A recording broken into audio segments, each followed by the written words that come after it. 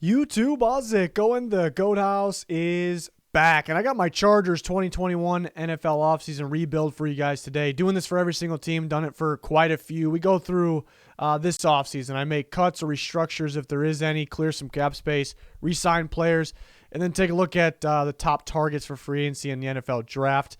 All kinds of NFL offseason content on the channel. A lot more to come. We'll be grading every single free agency signing, trades, and then full NFL draft coverage, of course. So join us for that. Subscribe, follow our Twitter, breaking news on there.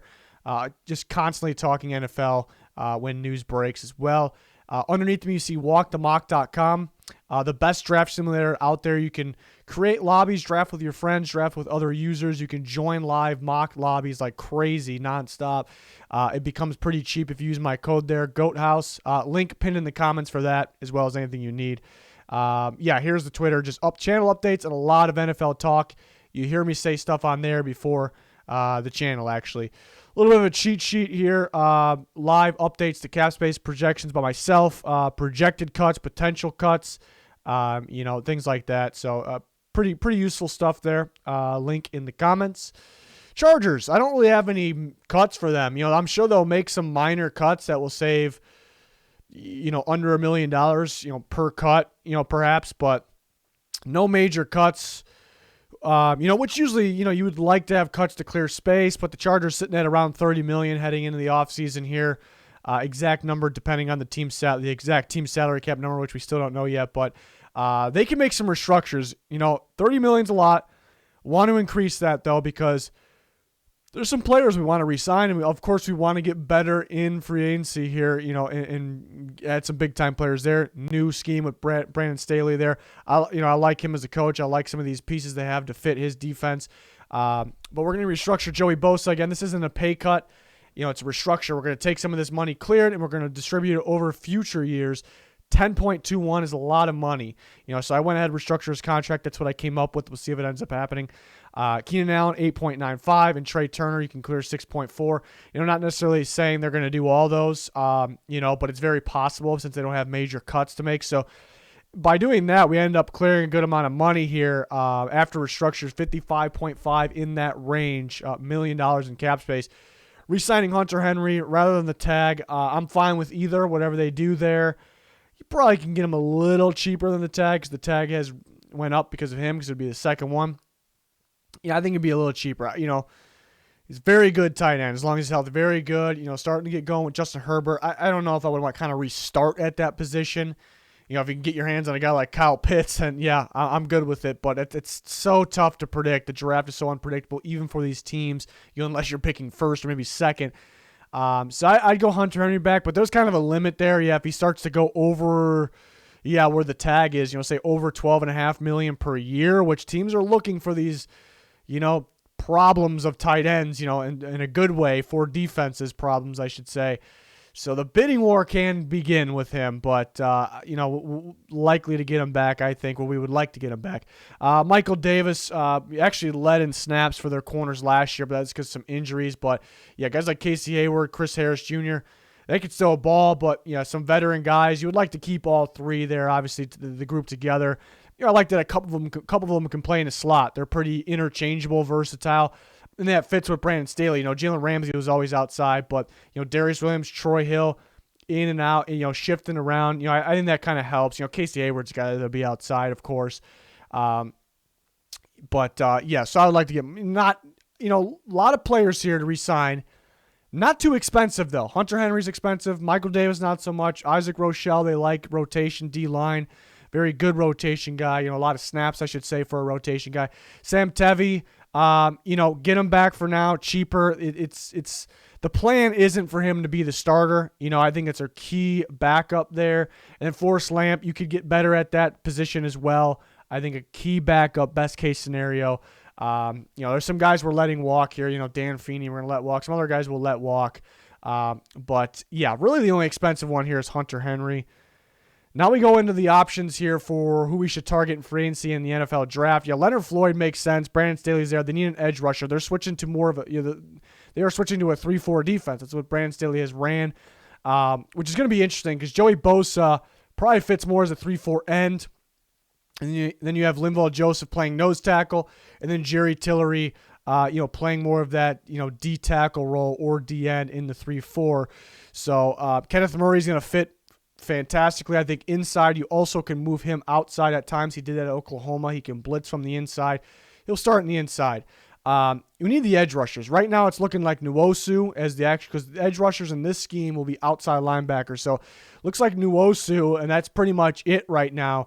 So adding Leonard Floyd, that'll help. He had a really good year last year. He really couldn't produce for the Bears for some reason. Brandon Staley figured something out there, with the Rams last year. And, I think rushing outside of Joey Bosa, Jerry Tillery, guys like that, I think you can get some production going there. And we could, like I said, it wouldn't be ideal for Tevy to be the starting left tackle. We want to get better there. Cam Robinson's still a young upside tackle here. He's going to be a free agent. So I think this will be a pretty good pickup. I think it'll fit for them at left tackle. So I think they get better there. And then they could use a center/guard at Austin Blythe. He has experience at both. I would like him at center. So they plug him in at center. Remember, Pouncey retired. So and he's coming from the Rams as well. Not, Brandon Staley more of the defensive guy. So it's not like there's that much of a connection, but at least you watched him play it a bit. So, but I think it's a good fit there at the center position. I think you go to the draft in this scenario, with Micah Parsons, I think it's possible he can be there at their pick, and they kind of complete that group there because it's a 3-4. So that 4, with the 3-4, the front 7 they complete in general, at this point, in my opinion. But looking at the 4 linebackers, remember, outside linebackers are pass rushers, Leonard Floyd, Uchenna Nwosu, and then you have Kenneth Murray, who I really like in that scheme, and I love Micah Parsons in that scheme. They could blitz a ton. They're going to help stop the run. So I think that would be a dominant defense, because this defense has the capabilities of being elite, and I like their chances with something like this. And you had Trey Smith, who has a chance to be a late first-round pick, but it sounds like he'll go into second. They add him, and now they're kind of completing the offensive line too. So they plug him in at guard, opposite of Trey Turner. And Trey Smith could play tackle if you ever need him to as well. He was a top recruit as an offensive tackle, but he would look like a dominant guard at Tennessee the last couple of years. And then you grab Osa there from UCLA, who could be kind of a rotation guy with Jerry Tillery, because Tillery's been a little underwhelming, but I think he's got a lot of upside. I think he'll be better, but you could get better here. Help the rotation a little bit. And you got quite a few guys that can move around a bit. So that, versatility, different packages on different, obvious running downs, obvious passing downs, the middle of those. So yeah, I really like this off of the Chargers. Really good fits, makes them a much better team. And they're already pretty damn talented, in my opinion, as long as they're healthy. Next scenario, we got Corey Linsley. The graphics guy messed up. Did he? Yeah, he messed up the last name there, but we got it. It's Corey Linsley. So they could upgrade at center. I think the Chargers, there's several teams that are going to be in on him. He'll kind of be the high-profile center of free agency. It sounds like he won't be back with the Packers, because they just won't be able to pay. So the Chargers could just want to upgrade that position big time. I don't know if it's tough to tell which teams will want to spend big there, because a lot of teams don't value that position. Chargers are kind of tough to tell. There's some teams I know of that for sure will want to spend there, so we'll see. And then if you want to go linebacker and free agency instead, I think Jayon Brown would be a really good fit next to Kenneth Murray. He played the same spot Titans, the athletic inside linebacker, so pair him with Murray on the inside. They do have Drew Tranquill, who can step up as well. He was injured last year, as a history of injuries, but he's pretty good as well.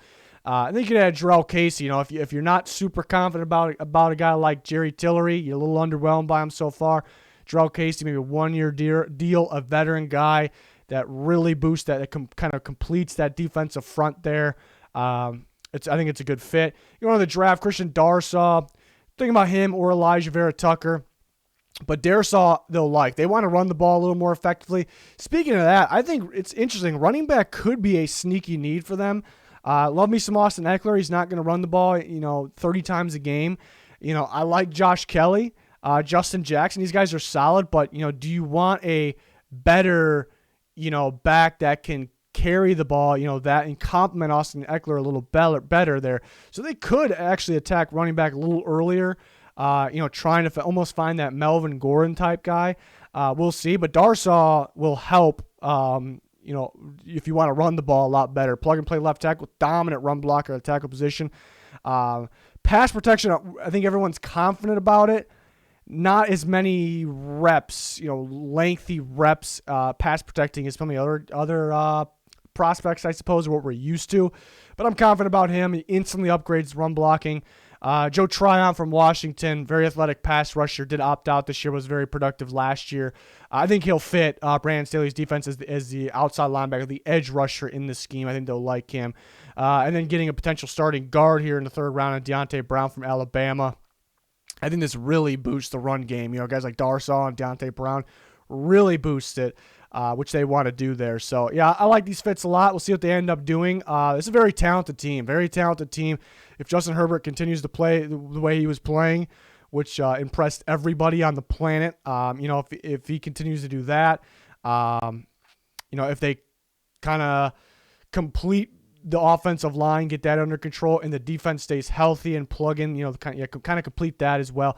And I think it'd be a very dangerous team next year. Maybe the team to watch next year. So they got to do it right, though. We'll see if they can make it happen here. But that'll do it for this one. We have a bunch of these on the channel, bunch more to come, doing every single team. All kinds of different NFL offseason content, a lot more to come for that as well. So please join us for that. Subscribe, smash the like button. Turn notifications on. Follow us on Twitter. You know the drill. That's going to do it for this one. Thanks for watching. Goodbye.